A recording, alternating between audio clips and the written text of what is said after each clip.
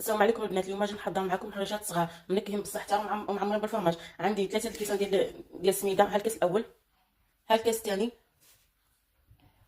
ها الكاس الثالث، وهذا الكاس ديال الفينو. واللي بغى يدير الكميه كامله بالسميده يديرها. عندي نصف كاس ديال الزيت، واللي بغى يدير الزبده يديرها. انا اكتفيت غير بالزيت. واحد معلقه صغيره ديال الملح. عم بساسه البنات دخلت لهم كميه الزيت. معلقه ديال العسل، واللي بغى يضيف سكر يضيفو. غنضيف عليه قليل من الصحته. غنضيف خميره 8 غرام. معلقه صغيره ديال الخميره ديال الخبز. انا غنخلطها بالحليب على حسب الحليب عندي متوفر، واللي بغى يخلطها بالماء يخلطها. كاس اول ديال الحليب، كاس ثاني.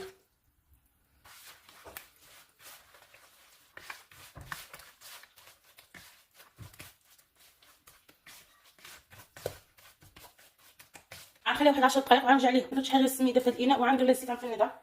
اللي بغى يخرج السميده من الخليط الاول يخرجو. انا ما غنخرجوش من تما. غندير هذيك بوحديتها. باغا الكميه كامله ديال الحرشه. غندير هاد الجبن هذا المعلقه الاولى، معلقه ديال الجبن بالمعلقه عاديه. نضيف عليهم قليل من الصحته. غنخلط.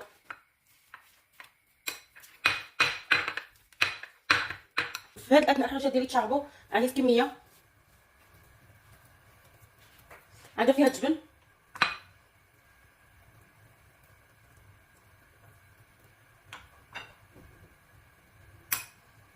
غنجمعها.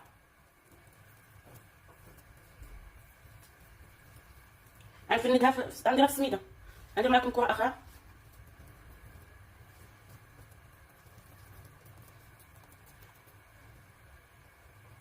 بهذه الطريقه.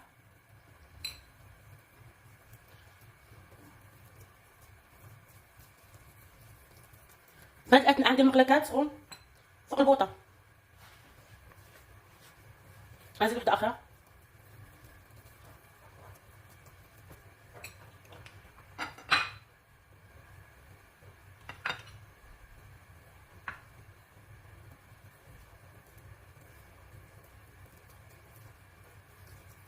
واللي بغى يدير الجبن مثلث يديرو. نديرهم في السميده البنات.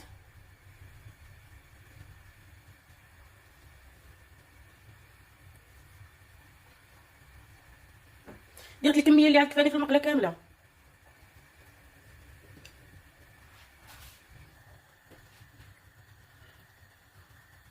في هاد الاثناء المقله عندي كتسخن.